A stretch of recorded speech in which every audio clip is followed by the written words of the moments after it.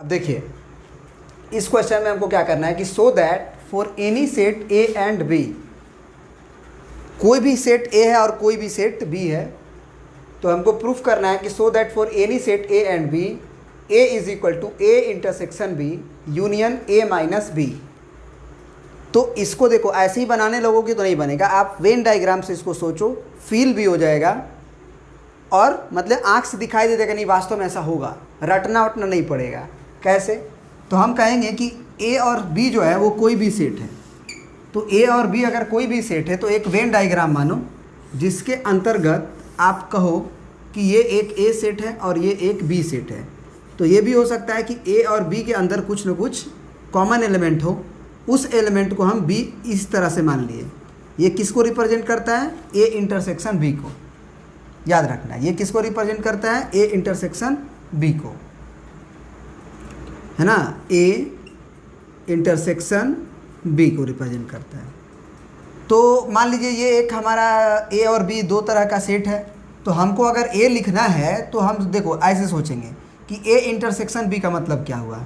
तो ए intersection B का मतलब आरचेस की तरफ से देख रहे हैं कि ये हमारा ए है और ये हमारा बी है, तो ए इंटरसेक्शन बी का मतलब ये वाला पोर्शन हुआ, पोर्शन नंबर 2 यहाँ के हिसाब से।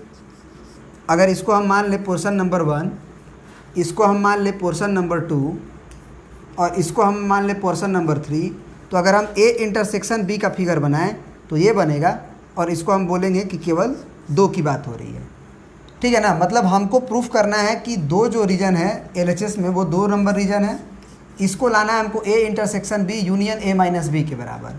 तो अब ए इंटरसेक्शन बी जो है, सॉरी ये गलती लिखे हैं, ये हमारा एक बराबर प्रूफ करना है। तो ए तो हमारा ए और बी दोनों माने ये एक रीजन 2 रीजन दोनों ना आएगा, मतलब हमको एलएचएस में 1 + 2 रीजन लाना है, ये बात है।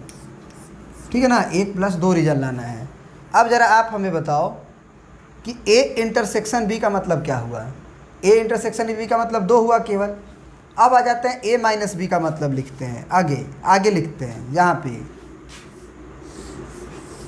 यहाँ पे हम ए माइनस बी लिखना चाहते हैं। तो ये हमारा हो गया ए, ये हो गया हमारा बी और ये हो गया हमारा ए। तो ए माइनस बी किस रीजन को दिखाएंगे हम? किस रीजन को दिखाएंगे ज़रा बताइए? इस रीजन को, यानी कि इस रीजन को हम क्या लिखे थे? इस रीजन को हम लिखे थे 1, तो इसका मतलब ए माइनस बी हो गया 1। अब ज़रा सोचो इन दोनों का यूनियन लोगे तो ये रीजन नंबर 2 को रिप्रेजेंट कर रहा है, A intersection B region number 2 को, और ए माइनस बी जो है रीजन नंबर 1 को रिप्रेजेंट कर रहा है। तो जब तुम यूनियन लोगे तो यूनियन कोई चीज़ को जोड़ता है, माने इसका भी सारा एलिमेंट उसका भी सारा एलिमेंट।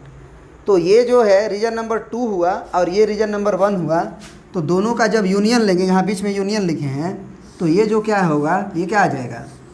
ये आएगा तुम्हारा ये पूरा कंप्लीट रीजन।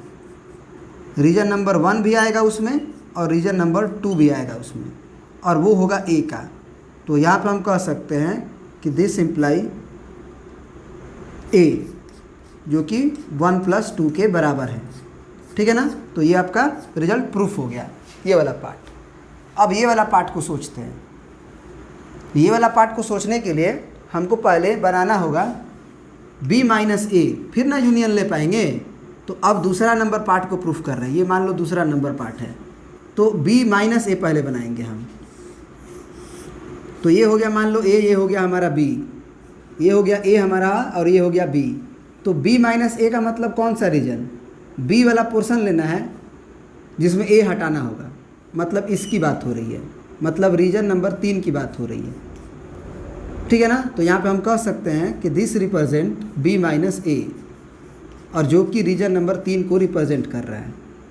फिर a के साथ यूनियन लेना है, तो यूनियन मान के चलो a के साथ लेना है। तो एक काम करो ना, a को इधर बना लो, तब ज़्यादा मज़ा आएगा यूनियन दिखाने में। ठीक ना,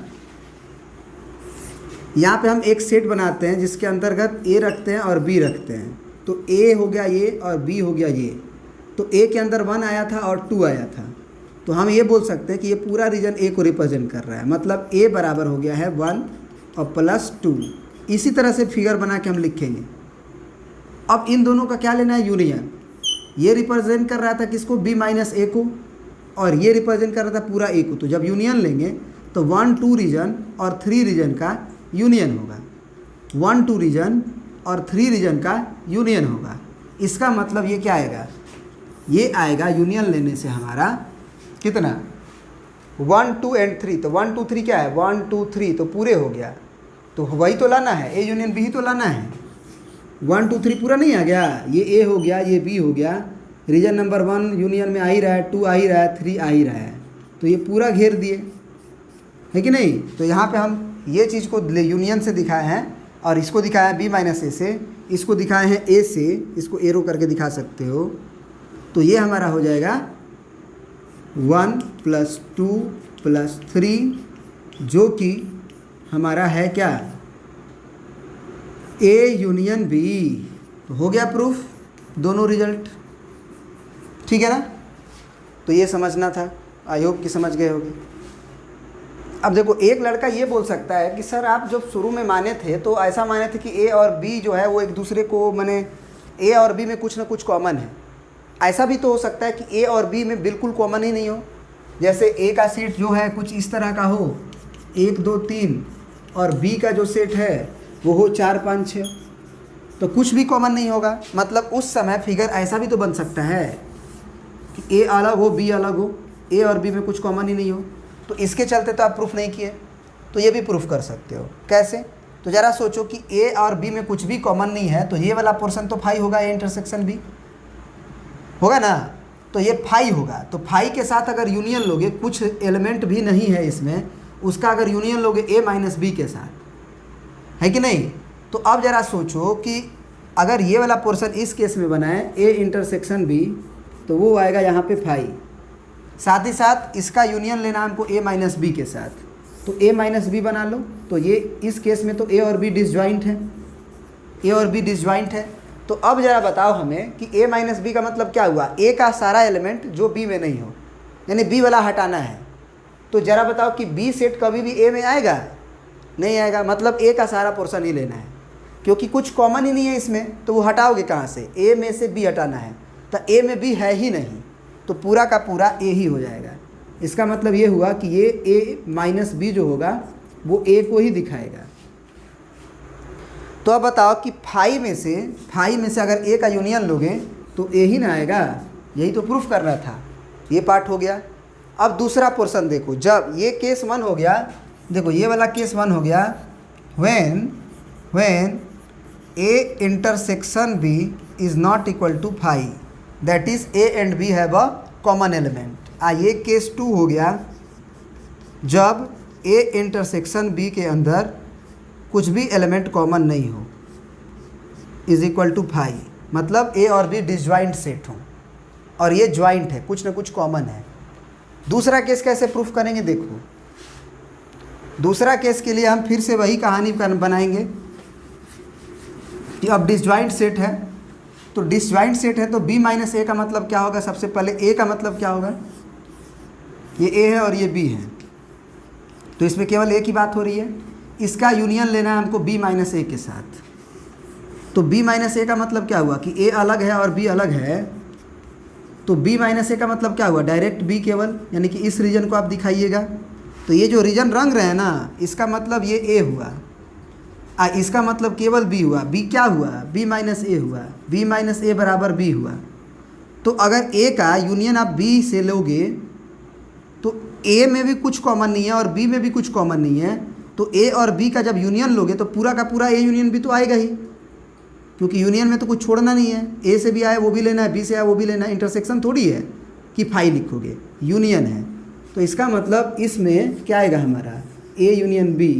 तो a यूनियन b अगर लेना है, इसका यूनियन लेना है, तो हमको इसको भी कलर करना होगा, इसको भी कलर करना होगा। तो आ गया कि नहीं a यूनियन b के बराबर, ठीक है ना। तो आई होप कि ये क्लियर हो गया होगा वेन डायग्राम से, ठीक है ना। अब नेक्स्ट पार्ट करते हैं हम लोग।